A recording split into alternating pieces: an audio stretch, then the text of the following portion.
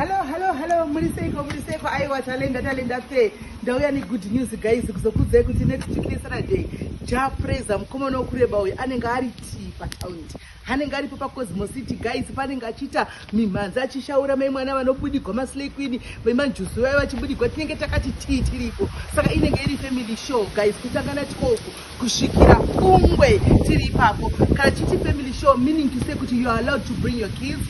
Come with your husband and take a kuya nima camping chair hapo kushirikwa uri zvakawanda wanda chinenge chitengeswa chikafu chiripo chinenge chitengeswa matebula akawanda unochuza kwa unoda kudya kana uchida barbecue kana uchida ice cream kana uchida chise zviriko zvamunongoziva kuti kuri kupisa kunoku everything my drinks twese zvinotonorera zvinenge zviripo kuCosmo City musi Saturday tinenge tiriko saka Pretoria yese Joburg yese Rustenburg Brits nese kupa kuti muuye tiketi rako rikutengwa pa complete ticket enda ku Shoprite kunotenga tiketi la Prayzah aripo ipapo pagedhe hakuna tiketi tinenge chitengeswa pagedhe munhu wese anouya akabata tiketi nechekare kana uchida VIP iriko kana uchida VIP iriko kana uchida kumbombera kunonakidza kune vanhu une iriti unenge uriko right kana uchitengesa une business rako kana kuti une company yako ende ndomukano kuti usangane mamwe maZimbabweans utengese product yako kana uchida table if you want a table come and see me uya ku inbox kwangu undibate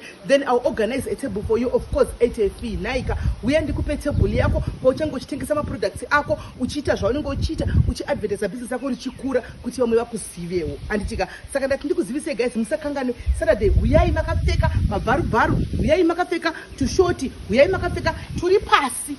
chaunoda munhu nemunhu nebhodhi yake nezvinomuitira nditika kuri kupisa zvokupisa zvezve saka uyai makashama munhu wese ari kudiwa ikoko takaenda musakangane guys anditika aiwa patiri takasvitswa takagadzwa hatina kuzvigadza muve nezuva rakanaka naika